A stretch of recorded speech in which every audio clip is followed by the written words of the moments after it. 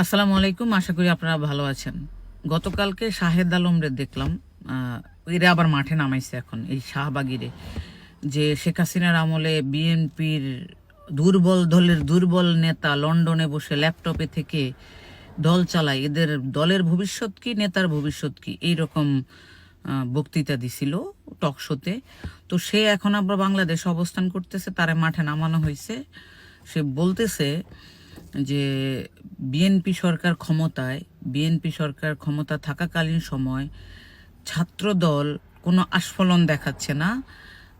বাংলাদেশের প্রত্যেকটা বিশ্ববিদ্যালয়ে ছাত্রদল কি হল দখল করেছে? তারা কি সেটা করতে পারতো না? এই যে উস্কানিমূলক কথা বলে, ছাত্রদলের হল দখল করার যোগ্যতা শেষ হয়ে গেছে আরো 15 বছর আগে, যখন ছাত্রদলকে ছাত্র বিষয়ক সম্পাদক খুলনার এক নেতার কাছে দেওয়া হয়েছে। ওদিন থেকে ওদের কোনো যোগ্যতা নাই, শেষ, ধ্বংস। তো ছাত্রদলের যদি পিছনে গার্ড থাকে, মানে হাড্ডি থাকে, তাহলে এতদিনে তারা ক্যাম্পাসে থাকতো, হলের মধ্যেও তারা থাকতো।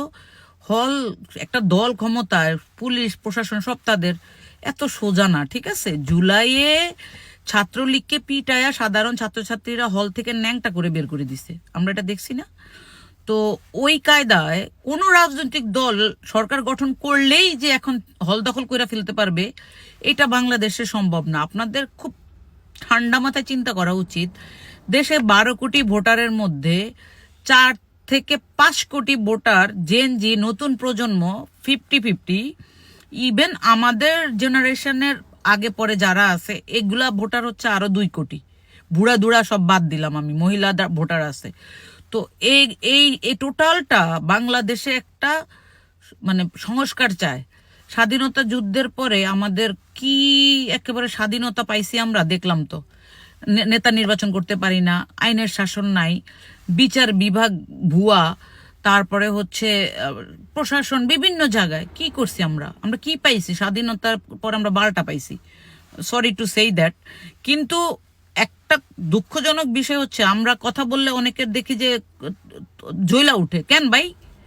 আপনি রাজনীতি করবেন কেন? দেশের জন্য, জনগণের জন্য। চামচামি করার জন্য পলিটিক্স করলে তো আরো আগেই খোলস বদলায়া নিজের অবস্থান তৈরি করার জন্য আমরা পলিটিক্স করতাম। আমার পলিটিক্স কখনোই নিজের স্বার্থে ছিল না। দল বা সংগঠনের জন্য যে কাজগুলা করছি, দেশের মানুষের মুক্তির জন্য করছি। ওমা, দল ক্ষমতায় থাকবে, দল মানুষের আশা আকাঙ্ক্ষা পূরণ করবে, এই স্বপ্ন নিয়ে আমরা বিএনপিকে এবার দেখতে চাইছি ক্ষমতায় আসার পর। কিন্তু সরকারের নিয়োগ কি সব ভাবলি জাবলি লোকজনকে সংবিধান বহির্ভূত নিয়োগ দিয়া ভরায় ফেলাইছে। আপনি কিভাবে কন্ট্রোল করবেন? প্রধানমন্ত্রী ধরেন খায় নাকি 50 টাকা না 100 টাকার খাবার খায় প্রতিদিন, উনি নিজে গাড়ি চালায়, ওনার প্রোটোকল কমাইছে। ভাই, আপনি যা ইচ্ছা তাই করেন, কিন্তু আপনার মন্ত্রী ল্যাংটা হয়ে ভিডিও বানাইতেছে, তার বিরুদ্ধে এখন পর্যন্ত 74 ঘন্টায় কোনো ব্যবস্থা নেওয়া হয় নাই। এই আইডিয়া করছে, এই করছে, সে বোগাস কথাবার্তা বলার দরকার নেই। প্রযুক্তি এখন অনেক ডেভেলপ হয়েছে, মানুষ জানে যে কোনটা রিয়েল কোনটা ফেক। তো আরেকটা জিনিস হচ্ছে, ধরেন আমরা জনাব তারেক রহমানের আদর্শে নিজের জীবন বলি দিয়া ফেলাইবো, কতগুলা চামচা এগুলা বলে।